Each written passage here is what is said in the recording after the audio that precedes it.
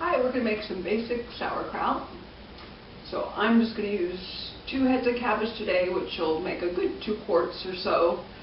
Now you can add other veggies to it. You could add onions, beets, carrots, whatever you like, and spices too. A lot of people like caraway or dill, but I'm just making the straight on cabbage and salt sauerkraut.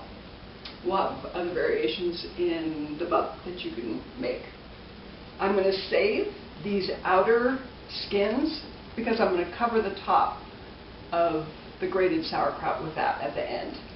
So you're going to carefully remove those, which can be a little tricky sometimes. Just the best you can. If they rip, that's okay, you can overlap them.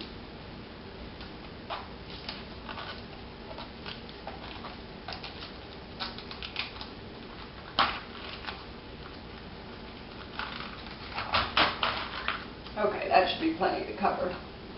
Okay, I'm just going to cut it in quarters.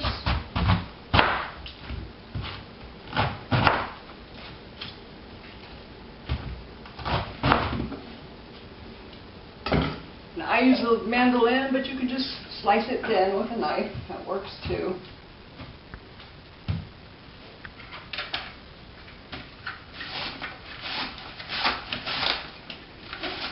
Doesn't really matter if you get the core in there.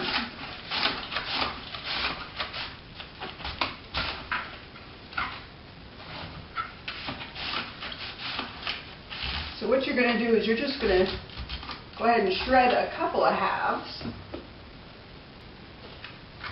You throw them in your bowl. You want to use either ceramic or glass. You don't want plastic or even stainless. Go ahead and put that in there. If you do get some big solid pieces, you can take those out.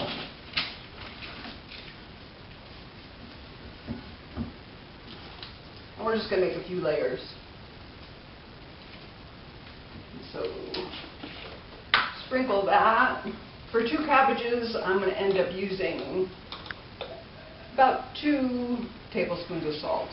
So I'm going to do about a half a teaspoon right now on top of there.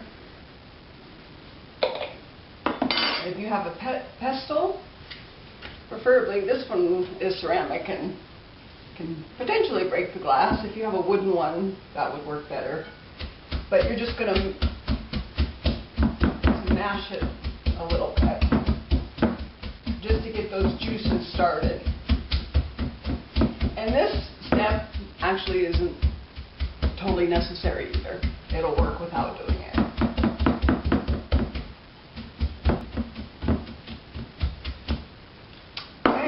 You're just going to continue the rest, layer it all the way to the top.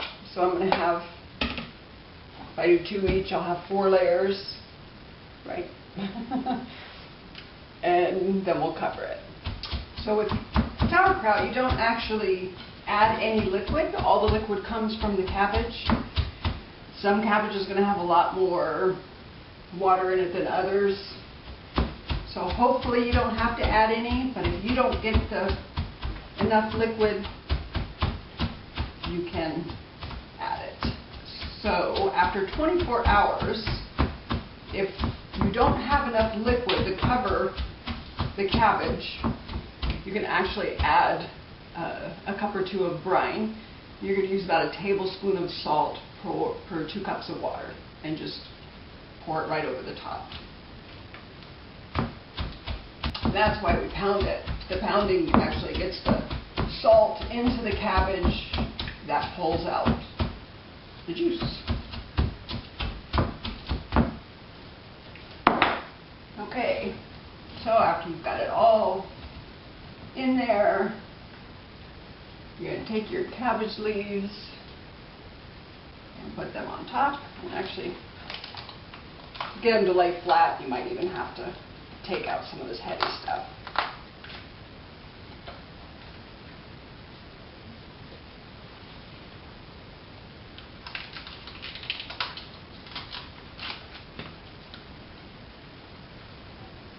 You just want to make sure it's all covered.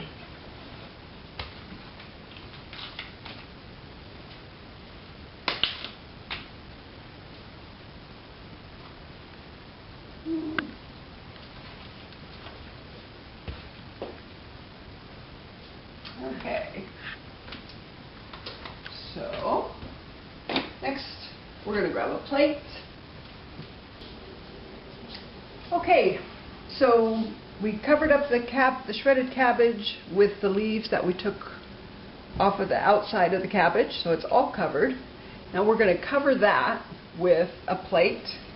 So you want the plate to be as close fitting to the edges as possible, cover as much as possible. So you're just going to put that right on, and now you're going to want to weight that down, and because the weight is actually going to push everything down so your juices will rise above, and that'll actually offer it even more protection from the bacteria, and everything needs to stay nice and wet and moist. So I use a gallon jar filled with water. But there again, if you want to use it, if you have a big rock, scrub it real good. If you don't have anything heavy, and just, make it a good size, make it fit in there good, and just place it right on. We're going to put that right on top and get it on there well. So this, we're going to cover it in a minute and let it sit, but I wanted to also tell you about some things that are going to happen, and you're going to kind of wonder if it's okay. So after, depending on the temperatures, after 4 or 5 days, you might actually see, and it's perfectly normal and okay, they call it scum. And it's usually kind of like a white foam on top that will start forming. In fact, eventually, if you let your sauerkraut sit long enough, you may even see a little bit of black. All this is okay. If you're worried, you can always taste the sauerkraut and you'll notice if it tastes off or not. I haven't had a problem with any sauerkraut being bad, but that is something to expect and not to be too concerned about. So, you can start tasting after 5 days. You might like to let it sit longer. I would say probably no more than 2 weeks. And then after that, when you're ready to stop the fermentation and store it, you're going to pack it into jars. I usually like to use a couple of jars. That way, every time you open it, you're not exposing the whole jar if you have it all in one big jar. So a couple of quart jars will probably do this. Actually, maybe more. A lot of times Mark and I have snitched quite a bit by the time I packed it. So it might actually make more than that. And then, of course, we make all kinds of great stuff with it. It's great on top of veggie sandwiches. We have it on top of salads, on the side of meals, because it's great for digestion, either eaten before or with your meal.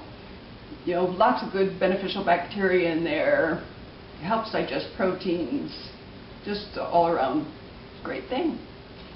So you'll see more recipes in our book.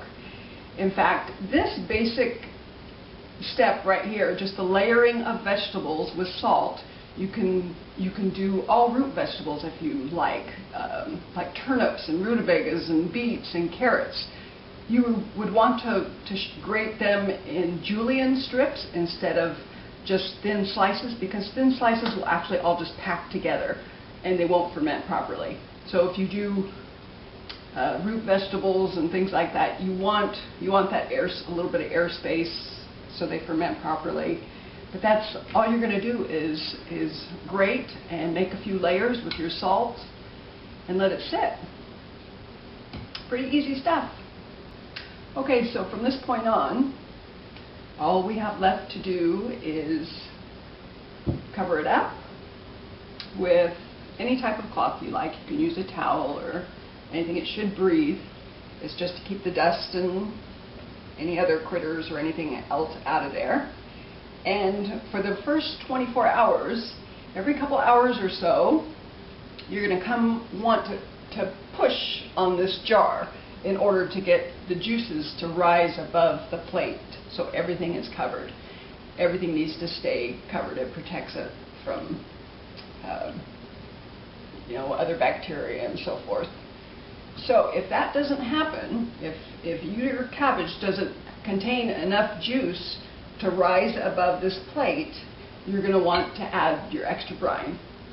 So, like I said, about a tablespoon of salt per 2 cups of pure water, non-chlorinated, and just go ahead and pour that right over the top. And if at any time, if the temperatures are real warm, that can also evaporate. So you're just going to want to keep an eye on this, make sure that it's always covered with juice, and let it sit till you're ready. Go ahead and taste it and put it back until it's done, and then we're going to pack it. Did I already do that? Pack it into jars. Okay. Okay, good.